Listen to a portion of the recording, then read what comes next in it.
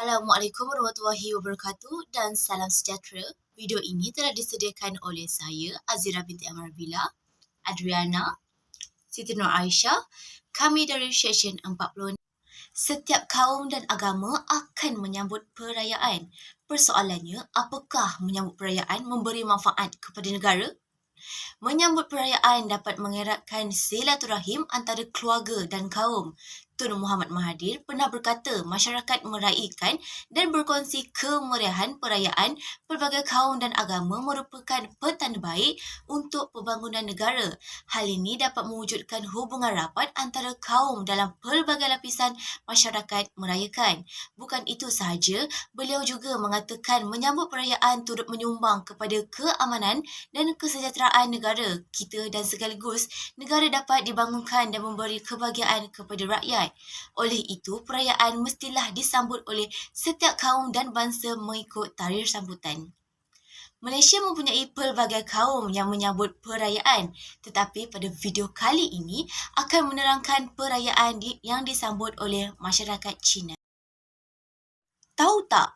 Tahun Baru Cina ni akan disambut secara besar-besaran oleh masyarakat Cina yang menandakan kedatangan Tahun Baru.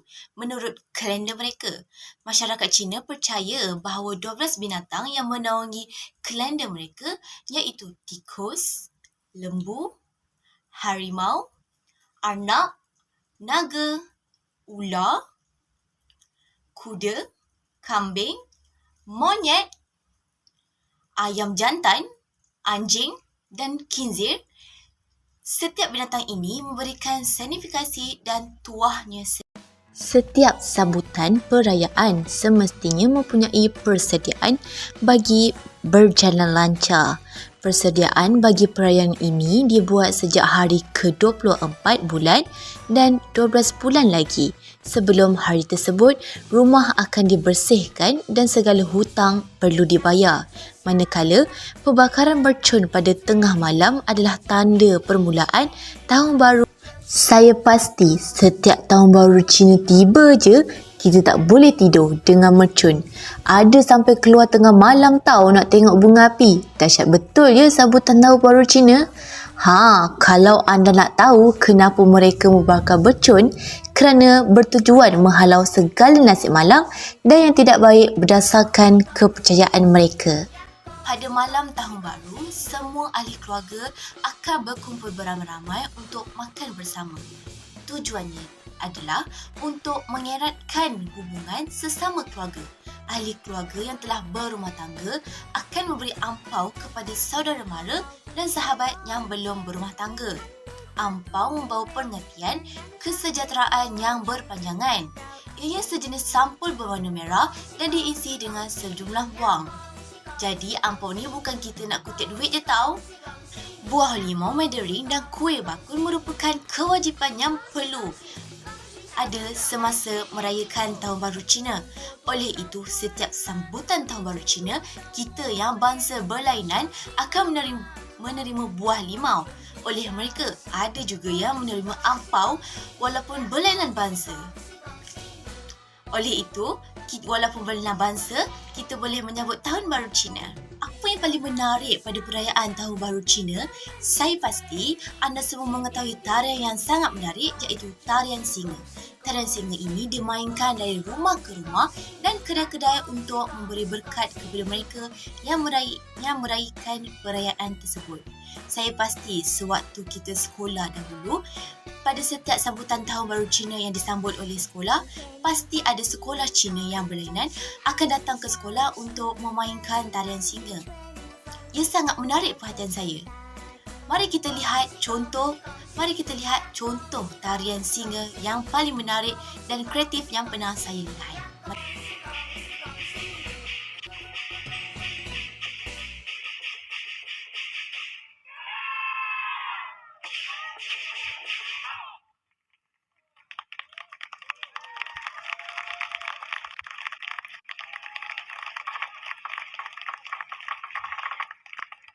Perayaan akan disambut selama 2 minggu. Penutup kepada perayaan Tahun Baru Cina ialah perayaan Cap Gomeh. Perayaan Cap Gomeh? Apa tu? Apa itu Cap Gohmeh? Perayaan Cap Gohmeh diraihkan pada hari ke-15 selepas Tahun Baru yang juga merupakan hari terakhir sambutan Tahun Baru Cina. Cap Gohmeh disambut dengan mengadakan upacara sembahyang secara besar-besaran iaitu dengan membakar colok besar. Selepas bersembahyang, upacara makan besar diadakan sebagai penutup perayaan Tahun Baru Cina. Pada masa ini, mercun akan dibakar dan talung juga dinyalakan, namun hanya sebahagian masyarakat Cina yang mengamalkannya. Selain itu, terdapat juga amalan melontar buah limau ke dalam laut, sungai bagi seseorang yang menginginkan mendapatkan pasangan hidup. Qingming ialah perayaan yang diraihkan pada hari ke-104 selepas solstis musim sejuk dalam tahun lunar. Pada hari ini, kaum keluarga akan membersihkan kubur nenek moyang dan bersembahyang. Mereka juga membawa makanan dan bunga. Malahan ada yang membawa replika kereta, duit, rumah dan sebagainya untuk dibakar sebagai simbolik terhadap si mati. Tahukah anda perayaan Kuih Bulan atau perayaan pertengahan musim luruh merupakan perayaan hasil pertanian? Perayaan Kuih Bulan juga dikatakan dengan Pesta Tanglong, namun ada perayaan lain yang juga berkait rapat dengan Tanglong, misalnya Cap Gohmeh. Perayaan Kuih Bulan disambut pada hari ke-15 pada bulan ke-8 pada kalender Cina, iaitu pada akhir bulan Ogos hingga akhir bulan September. Ia selalunya hampir dengan equinox musim luruh. Pada waktu ini, bulan biasanya mengembang dan dengan terang, menjadikannya waktu yang sesuai untuk meraihkan hasil tuaian musim panas. Perayaan Kuih Bulan merupakan salah satu perayaan terpenting selain Tahun Baru Cina. Perayaan ini disambut dengan perarakan Tanglong pada musim perayaan selain dengan Kuih Bulan itu sendiri. Kuih Bulan merupakan salah satu hidangan istimewa pada perayaan ini. Kuih Bulan diperbuat daripada adunan manis yang berisi kacang merah atau adunan biji teratai atau kuning telur masin. Menurut tradisi, pesanan untuk memberontak telah disebarkan melalui surat yang diletakkan di dalam Kuih Bulan yang akhirnya berjaya menjatuhkan dinasti Mongol. Selain itu juga terdapat kisah di sebalik perayaan Kuih Bulan adalah bermulanya dari kisah Hui dan Chang'e. Hui merupakan seorang pemanah yang berasal daripada kampung dan Chang'e adalah Dewi Bulan yang berasal dari kayangan. Menurut kisah legenda, mereka berdua telah jatuh cinta dan menurut cerita juga mereka katanya hidup di kayangan. Banyak sekali variasi dan adaptasi kepada kisah Chang'e sehingga mampu mengelirukan kita. Apapun, kebanyakan kisah Chang'e dalam mitos Cina melibatkan elemen-elemen berikut dalam apa jua bentuk. Menurut sebuah kisah rakyat terkenal yang tidak semestinya terbukti oleh catatan sejarah, perayaan Kuih Bulan juga disambut untuk memperingati pemberontakan warga Cina menentang pemerintahan dinasti Yuan berbangsa Mongol pada tahun 1280 sehingga 1368 pada abad ke-14. Sukar untuk merancang pemberontakan kerana larangan terhadap perhimpunan.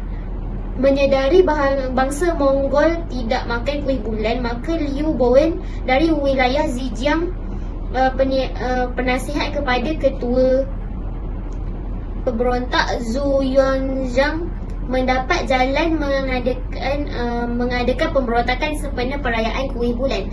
Beliau juga meminta izin untuk mengedarkan beribu-ribu biji kuih bulan kepada warga kota untuk memohon restu semoga Maharaja Mongol panjang umur. Dalam setiap kuih dimasukkan sekeping kertas yang bertulis hapuskan Mongol pada 15 hari bulan 8. Pada malam perayaan, para pemberontak berjaya menyerang dan menggulingkan pemerintahan mereka.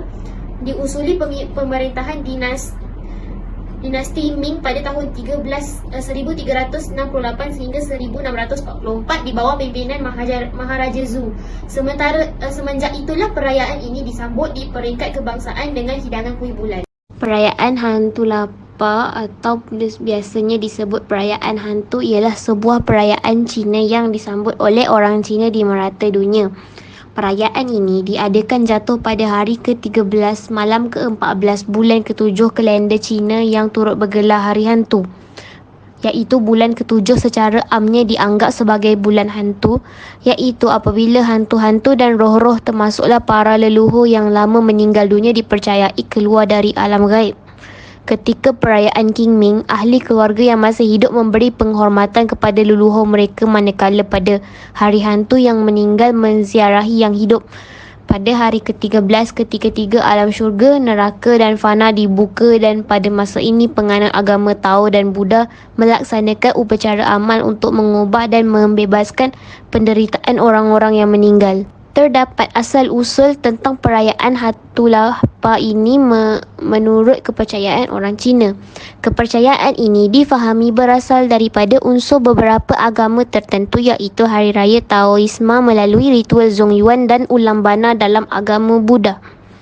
Ulam Bana merupakan satu hari suci umat Buddha pada tanggal pertama hingga ke-15 dalam Tahun Baru Cina, di mana para Sami Sangha kembali daripada tempoh istirahat fasa selama musim hujan berlangsung.